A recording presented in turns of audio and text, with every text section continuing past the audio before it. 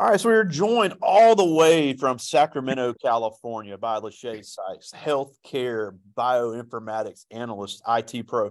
We've got a room full here with us at Velma Jackson High School. We're in the Information Technology Career Cluster, and we are recording this for our friends at Rosa Scott, Madison Central High School, Ridgeland High School, Germantown High School, the Academic Options Center, and our YouTube channel. So we thank you so much for joining us today from the West Coast and talking about the very different field of IT, because I think so many things about it are different than the other fields that we've gone over in this class. Thank you so much. I appreciate the opportunity to be here, and I agree. This is a great field to be in. So today I'm just going to be talking about the journey to information technology, just giving a brief overview to you all. So again, my name is Lashaye Sykes. I have my Bachelor of Arts and my Master's in IT. So we're going to go ahead and start. Do it. All right. So information technology, it is a vast career. There are many disciplines which tackle different areas of the computer science field. Some of these examples include information security analysts, software developers, computer and information system managers, database administrators, and those like me, health informatics analysts.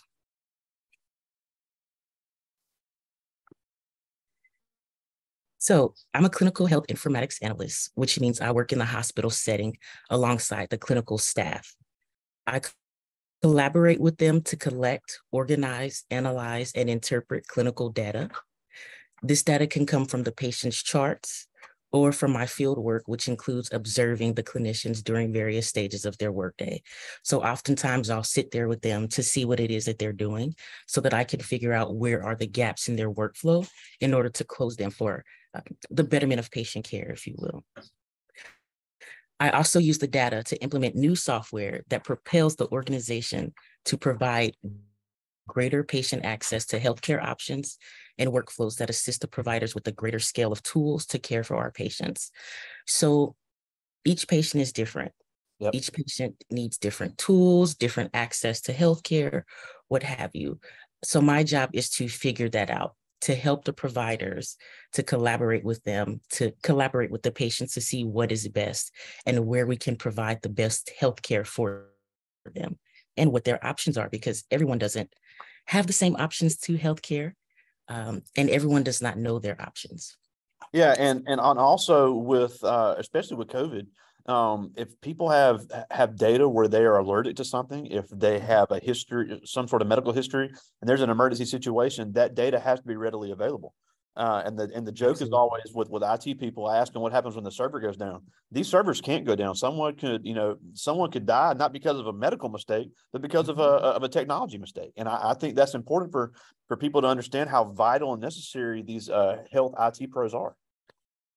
Absolutely, absolutely. So there is a machine called, well, it's different machines with different companies, but there is it's a biomet machine. And what happens is when patients are in surgery, it feeds the vitals into the electronic medical record. And that way it allows the anesthesiologist to basically to make sure that you're still living while they're performing surgery on you.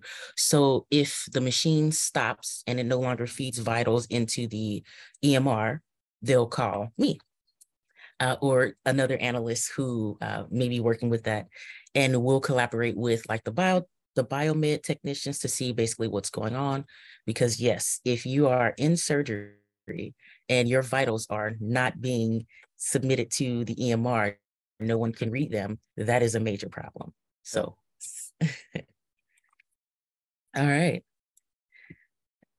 So next, there are multiple education options for IT. The first option, you can attend an in-person four-year university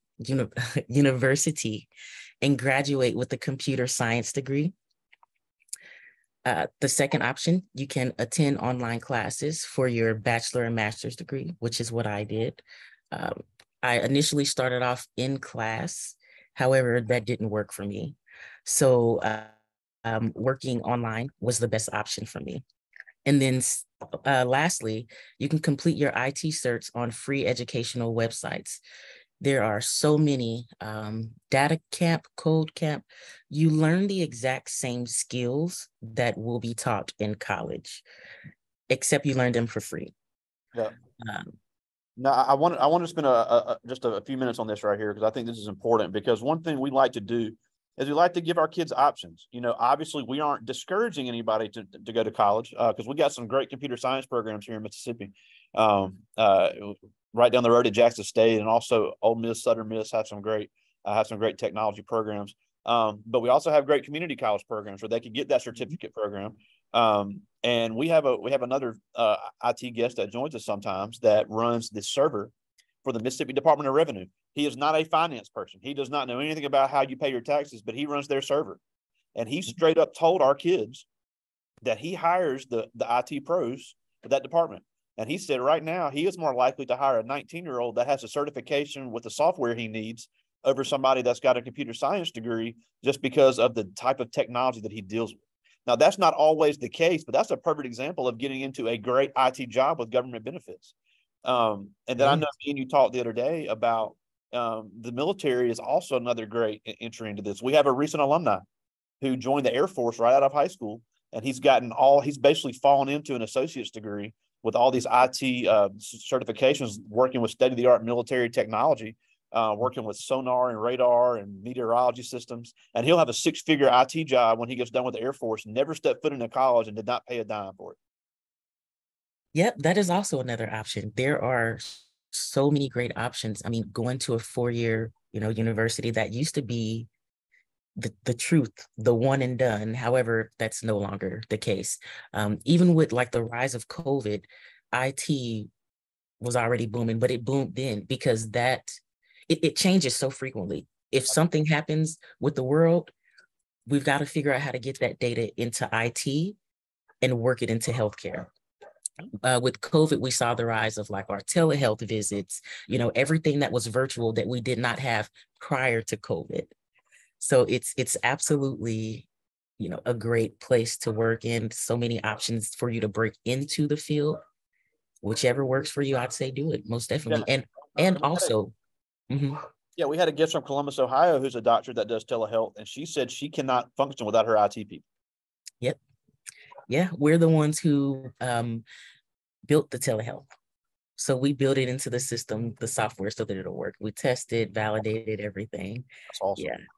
Yeah. And also with IT, it's very important to keep your skills up. So even if you do graduate, even if you do attend an in-person university or go to school online, you'll still have to keep your certifications up. I still go on like data camp and code camp, and I'll still practice like skills that I don't exactly use because I'll have to, I code. So I'll use MySQL, Python. If there's another coding language that I need to learn, like C++ or R or anything like that, then I'll go online to one of these websites and get that credential. And it's very easy. And it's very important to have credentials under your belt because they're heavy weights in the game of trying to break into IT, as well as the pay amount. Yeah. And with app development and technology development, you're going to have to stay on top of it because that's the way you get promoted. Exactly. And that's our job. We're innovators, so we're in a leadership position.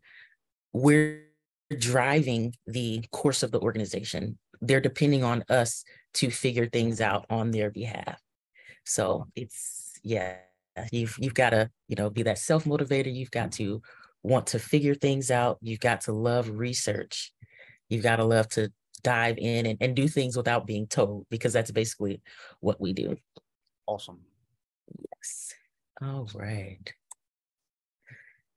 So these educational resources from the previous slide prepares you for an IT career by instructing the different computer programming languages, such as HTML, SQL, Python, among others. Those are the main three those are the basics you'll get taught. If you have those three down, the other languages are really easy to learn. And a lot of our software, this is pretty much what we use: SQL and Python and R. These educational resources also teach the science behind how computing systems work, including the software and hardware aspects. So it's not just, building the software and sending it to people. It's about analyzing how our users are interacting with the software and how we may have them interact better with the software for user efficiency, which translates to our patients receiving better care. Yep. So if you're going into the doctor's office and, the MA or the doctor has to do 100 clicks before they can order your prescription, and you're there for an hour just being seen for, something that would take 15 minutes, that's an issue that I, as an analyst, have to figure out what's going on here. Yeah. So those educational resources give you the framework and how to analyze those things. Teaches us how to analyze and interpret data, huge data sets with patient care, patient information, patient diagnosis. Data is everywhere. Our world is ran by numbers. Overall, it provides a general building block that gives you an idea what discipline you may want to apply to in your career. IT is a vast field. Like I said before, it is not a one thing. It's multiple disciplines, multiple education levels. IT is it's a huge beast. Yeah, and you mentioned hardware there as well, because if you're a person who likes to work with your hands and likes to build things and take things apart, there's always a need for server engineers, for especially in the hospital, they got those large servers. If wires goes down, they got to find people to get in there and find out what's wrong with it. Exactly. The people who actually build the hardware. Yeah.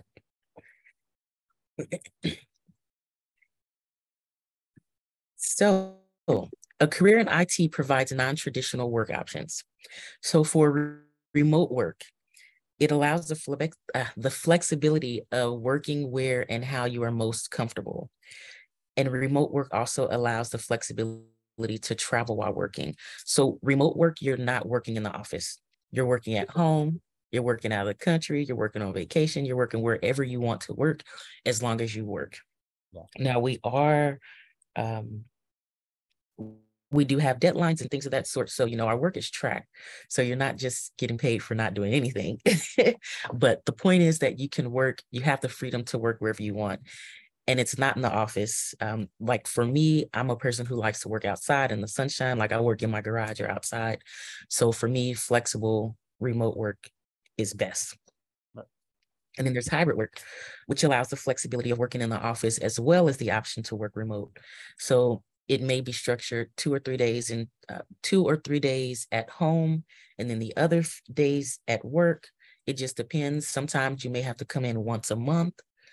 It just depends on how your company is set up, basically. Yeah, and that's also great if you want to have kids. If you're able to work at home and you can pick kids up from school, you can go to events during the day and still get the work done. I know you have some kids, and that works great for you being a mother. It does. It allows me to, like you said, pick them up from school. Because out here in California, where I'm at, the kindergartners have half days. So it's like, when you're in the office, how am I going to go grab a kindergartner who works half day, or who's in school half days? It's that flexibility. It's a work-life balance. You can live your life and still get your work done. Yeah, and even on the hybrid thing, most of the time, if I'm not mistaken, and most of the time you have the schedule weeks in advance, so you'll know exactly what days you'll need to be there. And then you'll know when. I know IT people a lot of times are on call for emergencies, but you'll know in advance. On this day I'm going to be on call from in this time frame. So it really is something you can really organize a family life around if that's something you wanted to do at a young age. Yeah, it absolutely is. So for the on-call schedule, they'll actually create that for the year. So you'll know months in advance, even a year in advance when you're on call. And usually it's for a week. And it's not as bad as it seems. It's just you're rotating with your teammates. Who's going to get a phone call if the system goes down at 2 a.m.? Yeah. That's it. And it happens, but it's pretty rare. I've been taking calls for a couple of years now, and I've really only gotten maybe about 5 phone calls. Wow. The year. Yeah. So, and depending on the company that you work with, you get paid extra on top of your paycheck to take call. So it's an amazing opportunity. Awesome. Yes. Okay, so now this is about the money. What could my salary possibly look like? So IT salaries vary depending on the job type, experience level, and location. The median salary for computer and information technology professionals in the US was $97,000 in May 21, which was higher than the average for all occupations. The average pay for an IT staff was about $40 an hour, $1,500 a week, $68 a month. The estimated total pay for an IT professional was $75K per year. Wow. And for an IT in the United States, I copied and pasted this quote, so I didn't want to change it, but I should have fixed some things. But in the United States, the average salary were from $36,000 to $298,000. Wow. And there was an Amazon job that I saw a year and a half ago. The starting pay for a systems engineer was $400,000. Wow.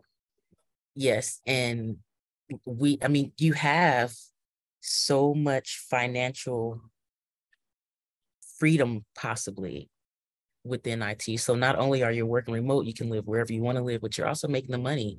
And then, it comes into that location. If you're working somewhere that has the higher cost of living and your company may not, keep you, what's the best way? The company may not pay depending on the region that you're in, like where you live. So let's say you have a California job and you're living in Mississippi. You're making $300,000 Wow. with a different cost of living. Wow.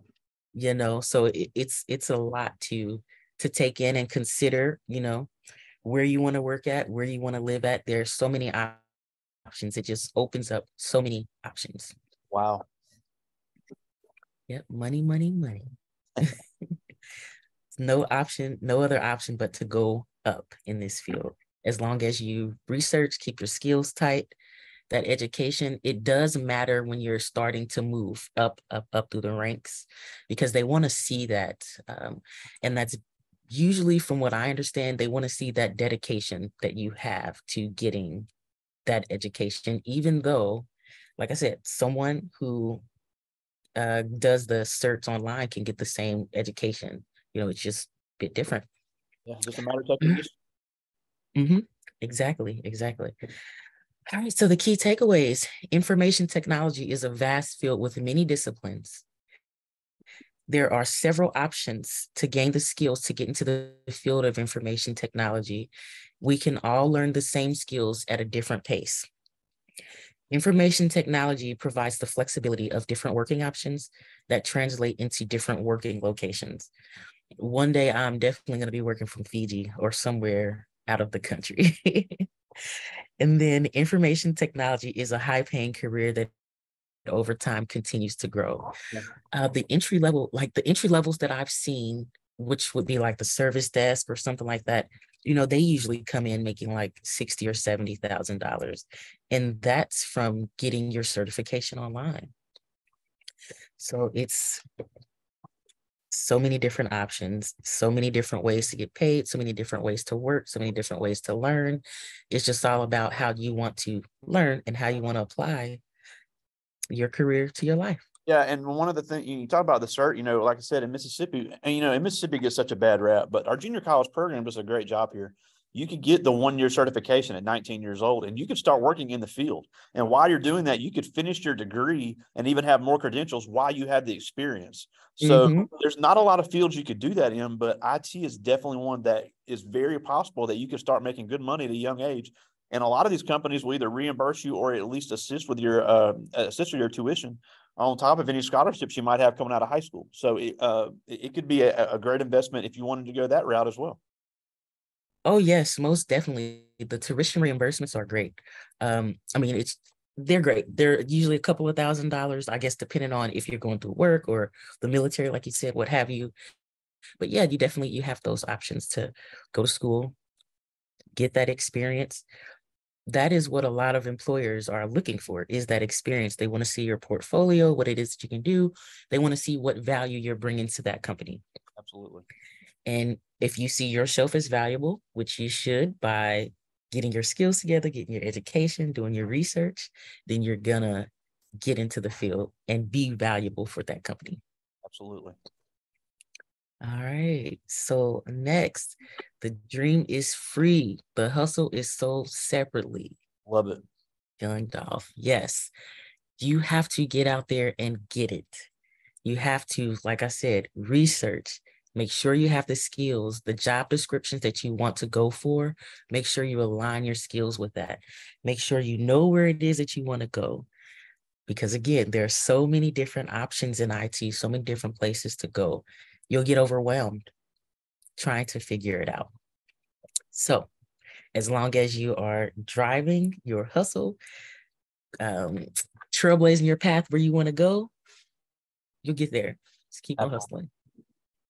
All right. And then open for questions. That is the end. If anyone has any questions for me. Yeah, I hold on. Let me get back to full screen here. All right. Yeah, and I have some from the students, and I've got some really good ones from the students. But before I get to that, I had a couple. One is you're outspoken on social media about diversifying this field, because even though there have been a lot of initiatives in other parts of the country, there's still a huge need for more women and more minorities to get into IT. So what are some of the obstacles you've seen in that, and why is that so necessary for these kids to see that they're needed in IT? Some of the obstacles that I have faced would definitely be, being a Black woman surrounded by people that are educated as me, have the same experience, but their skin color is different. So, they look at me like, oh, she doesn't know what she's talking about. Especially if, like you said, I am outspoken. So when you're in the corporate world, often they want us as Black women to be quiet, where there's like diversity hires, et cetera. But I speak. I'm a leader. I open my mouth. And it's important that young Black kids see people like me in IT, because I came from, the hood. I was a foster kid. I worked my way all the way up to a master's degree. I worked my way all the way up to, being in IT, being an analyst. And that's something that I didn't see before. Like, I am the first person in my family, with a master's degree. I'm the first person with IT. I haven't seen anybody, that looks like me in my field when I was coming up. So it's important to see, so that we know that we can do it too, that we belong here at the table as well, that we're just as capable, just as educated. So that's why it's very important for us to see. Yeah, and I always say, just because you're the first at something doesn't mean you can't be the best at something. So many people, and no matter what field they're in, they say, well, nobody's ever done this before, I can't be good at it. Yeah, you can. Now, and another thing about IT that I wanted to mention is, this is a field where you're going to have to, even though you may be working remote, you're going to be on calls, you're going to have to work with people from all over the world. We're here in a rural area in Mississippi, so we kind of have we're kind of in a bubble when it comes to being exposed to different cultures. IT has a huge presence in India. It has a huge presence in China. It has a huge presence in Canada and even parts of Africa. So you have to learn to communicate with people that may not speak the best English or have a different culture. They're on a different time zone. So how are some of the ways to adjust to that? Because in order to be successful in IT, you're going to have to be able to get over that. Absolutely. So you'll have to definitely be open-minded. You can't be a person who only wants to work with someone that is fully capable of speaking English. We work with doctors, nurses that English isn't their first language. And you have to learn how to be patient. You have to learn how to use visual tools, because sometimes that is the only way to translate things, or that's the only way that works for both of us to understand and we're not getting frustrated. So it takes patience.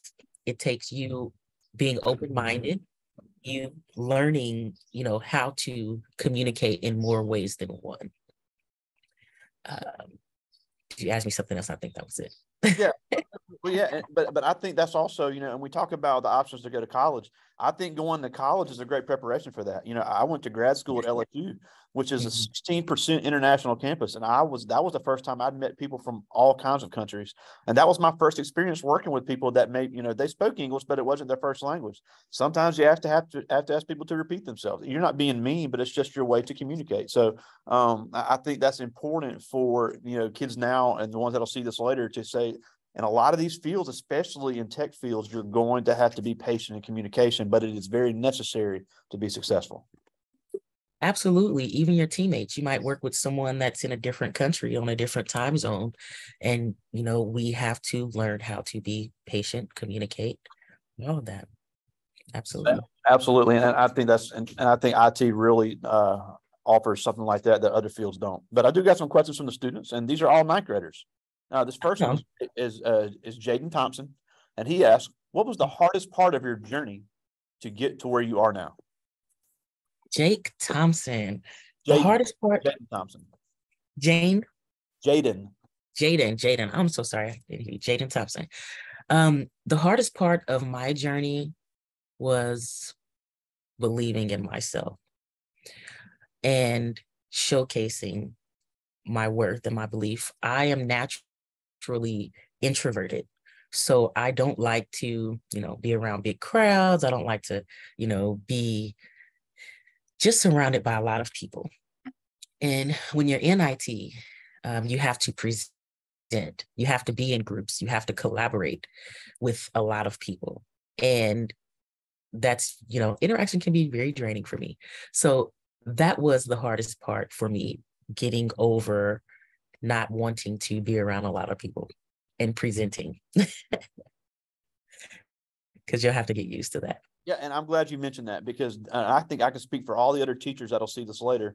These kids want to get so mad at us whenever we make them present in front of the class, and I don't even grade it hard. I'm just trying to get them used to communicating, because even if you're in IT, you could be presenting in a way that we're doing right now. An IT pro has to be able to explain things to people that are not IT pros to come up with solutions. So you have to be the expert and you have to explain things. Now, I've spoken in front of 2,000 people before. Everybody doesn't have to be comfortable doing that, but you have to be comfortable speaking to people face to face, even if it is on a computer screen. So I'm glad you brought that up. That is such a valuable skill, especially when in health informatics, because somebody's life could be at stake. Absolutely, most definitely. Definitely. This is Taylor Harris. She's one of our basketball players here. And she asked, what was the main thing that pushed you to get into IT? Taylor, so the main thing that pushed me into IT was the money. I didn't even go hold you. It was definitely the money. I wanted to, I came from poverty, as a foster kid. I wanted to have financial freedom. I wanted to make six figures. I wanted to, care for my kids. I wanted to be educated. So it was definitely the money, number one. But secondly, I'm a person that loves to research and analyze things. And I initially started out with nursing, and I did that for 5 years. I worked in trauma, a level 1 trauma hospital. Too much death.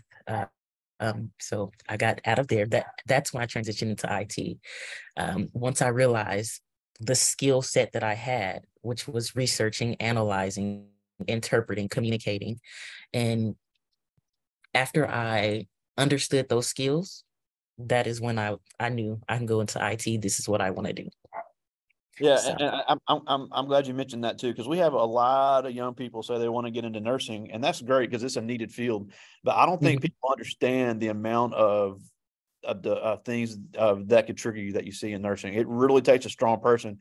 People think it's just easy money, and I'm not knocking nurses, because we've had great nurses, and we're going to have some future nurses here. But I think that's why we have people like you, for kids to see other areas and see that, you don't just have to do this because this is what your family does. There are so many great opportunities for everybody watching now and watching later. Here's a good one. This is Jordan Smith. He's one of our football players here. And he asked, what happens if there's a power outage or you have other technical difficulties in a hospital?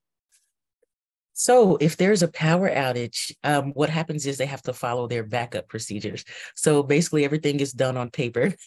How it happened, before EMR came, that's what they have to revert back to, downtime procedures. And it the systems aren't usually down for that long. I mean, because that's an all hands on deck situation.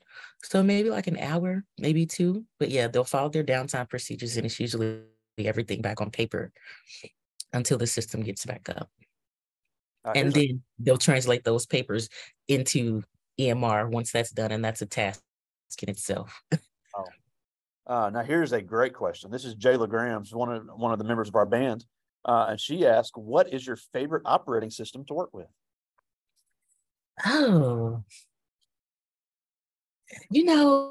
I don't have a favorite. I don't have a favorite. I am a very general person. Like, I love knowledge. I love to learn everything. So, generally I dabble in all of them, honestly. I don't have a favorite. Yeah, and they're all watching on MacBooks right now, and iOS is great, but I think it's so important. You don't necessarily, iOS, at least in my opinion, again, this is just my opinion, is best for the personal use. There's not a lot of companies that use the iOS. I mean, there's a few, but every job that I've ever had but prior to this was all in Windows. So knowing the Windows and the iOS, just knowing as many as you can is so useful. Yep, it absolutely is, because different companies use different tools for the same job. So you have to be general with your knowledge, or even if you don't know it, just be willing to learn it. Yeah. Because again, there are so many different ways to do the same thing, and that's what we're doing in IT with all these systems.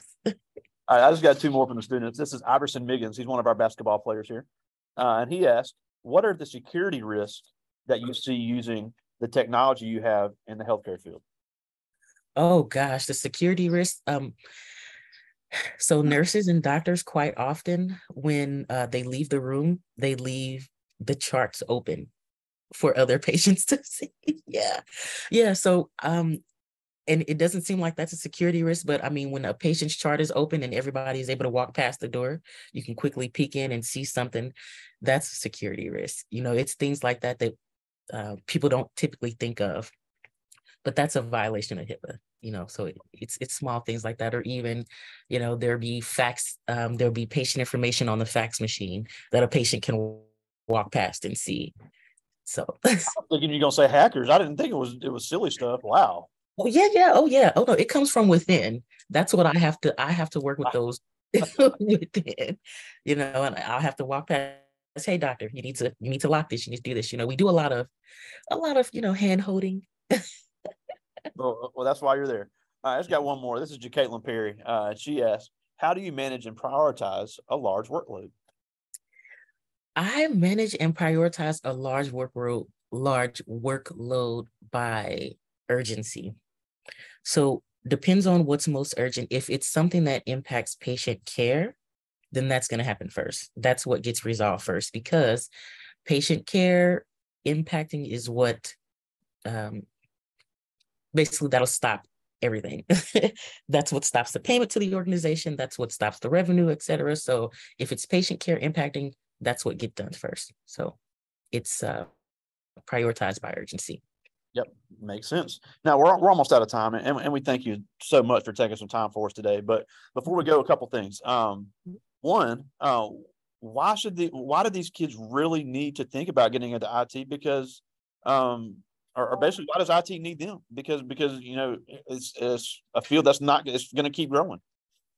Yes, IT needs you because, yes, it is a field that's going to keep growing, but we need new minds, new innovators, new researchers, new people that have different ways of thinking. There are so many people that have been in IT for 10, 15 years, and it's not the same IT even from last year. So we need new thinkers, new researchers, new ideas. So you need to get into IT. If you have a brain for analyzing, if you have a brain for researching, we need you. Absolutely. Now, before we go, you're a great Instagram follower. So tell us where to find you on Instagram and TikTok. Oh gosh. Well, my Instagram is more adult based, but it's a ratchet introvert. I'm not really active on TikTok though, but it's the same there. Yeah. Yeah, but you also have some great info. You have a lot of great questions you answer about tech. which definitely we looked at your latest post about doing research, which was extremely useful. So Ratchet Introvert on Instagram, great follow, great information. And just, again, we thank you so much for joining us. Lashaye Sykes, all the way from Sacramento, California. Thank you so much for joining us today.